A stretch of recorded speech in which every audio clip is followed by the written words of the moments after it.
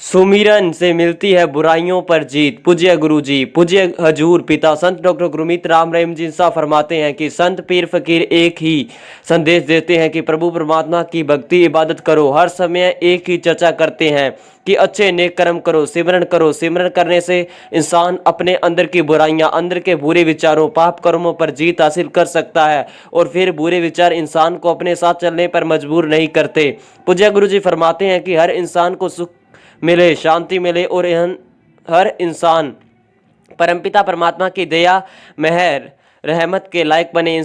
इसलिए ही पीर फकीर सबको प्रभु के नाम से जोड़ते हैं, प्रभु का नाम लेने के लिए प्रेरणा देते हैं। संतों ने किसी से प्रभु का नाम जपवाकर खुद के लिए कोई करोड़ों रुपये इकट्ठा नहीं करने होते। इनका एक ही मकसद है, एक ही उद्देश्य होता है कि किसी भी तरह से हर प्राणी को सुख मिले। जैसे गृहस्थी दुनियावी लोगों की एक ही इच्छा होती है कि उनका घर, उनकी औलाद, उनका परिवार ऐशो आराम की ज़िंदगी जिए, दूसरों से कोई मतलब नहीं। इंसान कहता है कि मेरे वाले सुखी बसे, इनको पैसे मिले, इन्हें किसी की चीज़ की कोई कमी ना रहे। 99% लोगों का जो गृहस्थी है जीने का यही मकसद होता है कि आप जी फरमाते हैं कि संत फकीरों का लक्ष्य कोई और होता है। जिस तरह यह घर परिवार में रहने वाले मुखियों का सारा ध्यान अपने भाई बहन, बेटा बेटी परिवार पर होता है कि उनका सब कुछ अच्छा मिले, वह अच्छा बने। इस तरह संत पीर फकीरों का भी लक्ष्य होता है कि मालिक की जितनी भी औलाद है वो भी प्रभु की दया, मेहर, रहमत का मालामाल जरूर हो। वो पीर फकीर सबके लिए सोचते हैं, क्योंकि जो त्यागी तपस्वी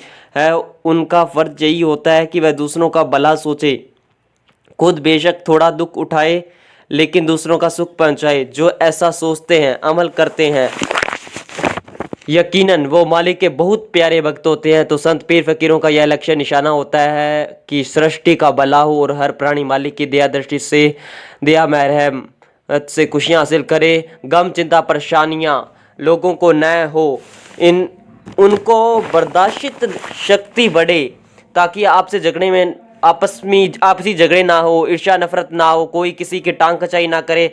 उनकी सोच सर्वव्यापक सबके लिए होती है, सर्व साझी होती है। पूज्य गुरु जी फरमाते हैं कि हर इंसान को सिमरन करना चाहिए और सिमरन पर कोई जोर भी नहीं लगता। लेटकर बैठकर काम धंधा करते हुए, और आप यकीन मानो कि जब जो सेवा सिमरन लगन से करता है, जिसके अंदर मालिक के खजाने हैं, वो जरा सी बात पर कभी पारा ऊपर नीचे लेकर नहीं जाते। वह अपनी जिंदगी को एक ही रस बना लेते हैं। न ही उस गमों की मार तोड़ सकती है और ना ही खुशियां बारे उसे मालिक को दूर कर पाती है। यानी खुशियां में बहकता नहीं और गम या कोई चिंता आती है तो उसमें वह टूटता नहीं।